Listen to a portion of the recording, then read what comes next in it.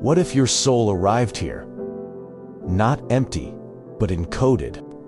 What if within you lives an ancient blueprint, a sacred design seeded with archetypes, each one a living key to your destiny?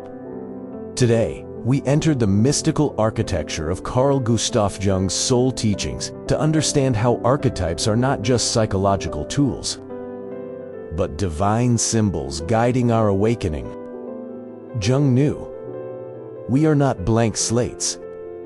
We come into this world with imprints from the collective unconscious, a vast, invisible realm that holds the universal memory of the human spirit. Here lies your soul's blueprint, not a rigid plan, but a living map.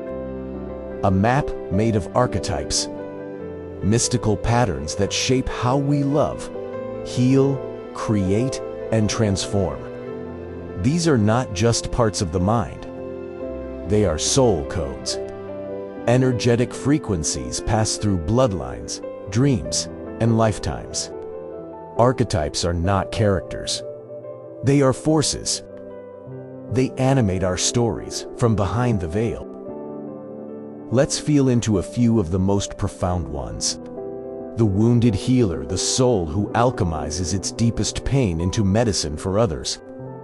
It carries the memory of past life service and karmic burdens, transforming suffering into light. The divine child, the original self, pure, radiant, intuitive. It reminds you of your pre-trauma essence, innocent yet powerful, directly connected to source. The shadow, not evil, but hidden. The guardian of your repressed gifts. When integrated, it becomes your inner warrior of truth. The lover, not just romantic. It is the part of your soul that seeks union with others, with beauty, with the divine.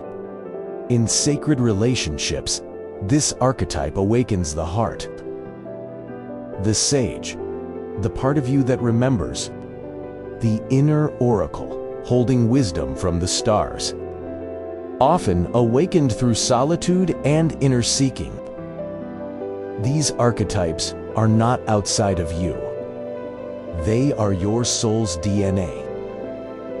Jung said, the meeting of two personalities is like the contact of two chemical substances. Relationships are activation portals. Why do we feel instant connections? Soul contracts, karmic attractions? Because archetypes are meeting archetypes. Your wounded healer might meet another's shadow. Your divine child may trigger someone's inner saboteur. These interactions aren't mistakes. They are designed to bring your soul blueprint to life.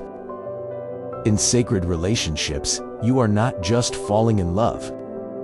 You are awakening ancient parts of yourself through another's reflection. To Jung, the goal wasn't perfection, it was wholeness.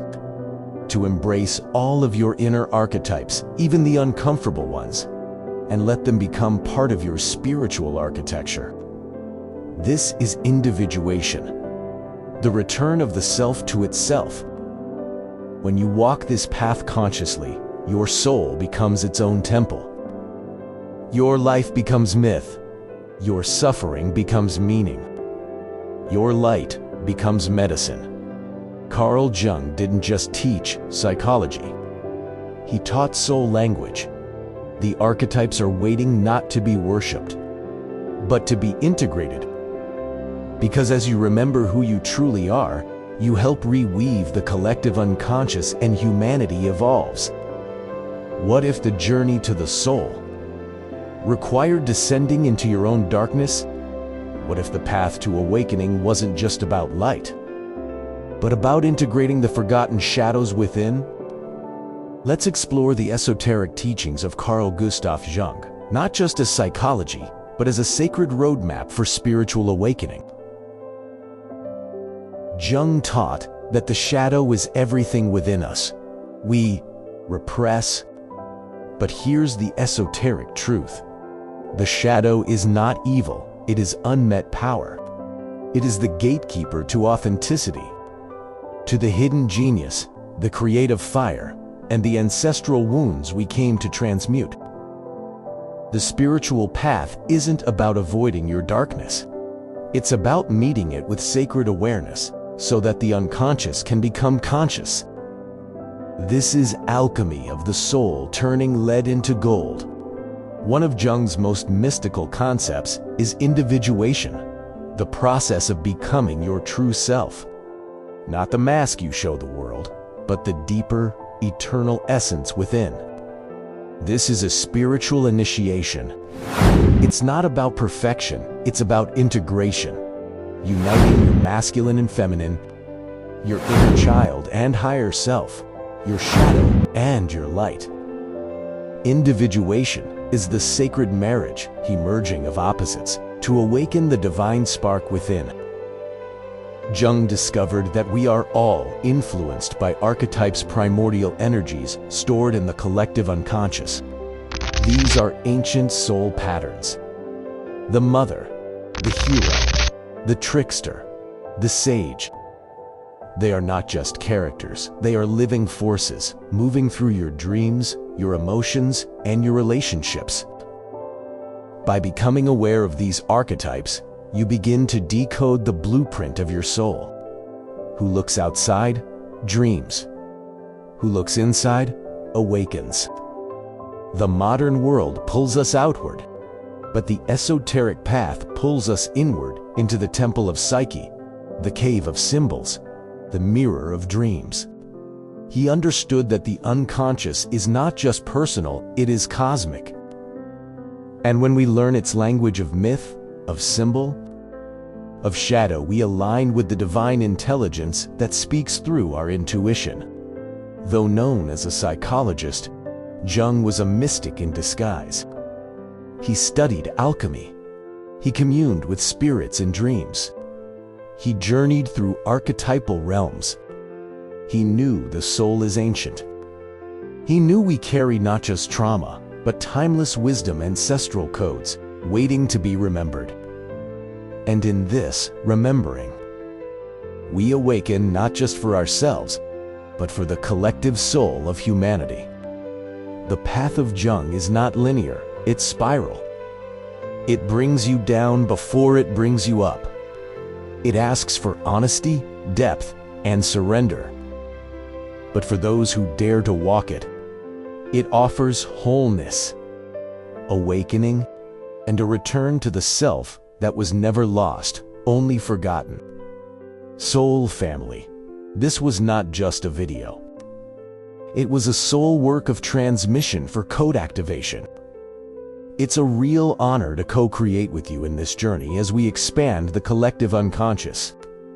You're not just watching content, you're activating codes through ancient wisdom and spiritual remembrance. Before we finalize this episode, let's decode one of Carl's most profound quotes. It says, "The privilege of a lifetime is to become who you truly are." Here, the privilege points to a soul-level initiation, not something guaranteed, but something earned through awareness, suffering, inner work, and remembrance. To become who you truly are is not given to everyone in a world asleep. It requires courage.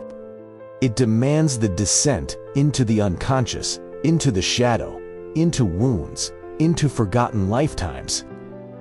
Jung is saying, your very existence offers you the opportunity to awaken. But it is a choice, a path few take. In esoteric traditions, life is not linear, it's cyclical and chosen. A lifetime is the sacred window your soul enters through to experience polarity, duality, karma, to remember its divinity. Jung is hinting at the deep alchemy of incarnation. This life, this precise moment in cosmic time, is your soul's chance to evolve. And to do that, you must reclaim your blueprint, who you truly are underneath the programs, the trauma, the illusion. This is your initiation through matter.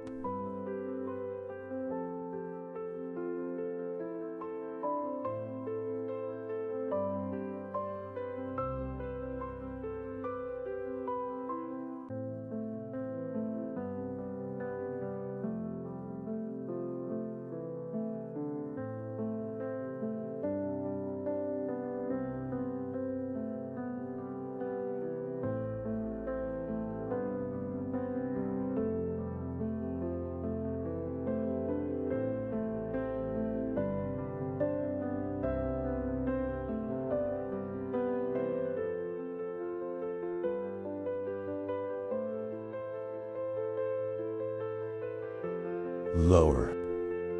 Jung isn't talking about your personality, career, or preferences. He's pointing to the archetypal self, the divine spark, the original essence that existed before ego, before language, before separation. To become it means to shed the false identities you've accumulated.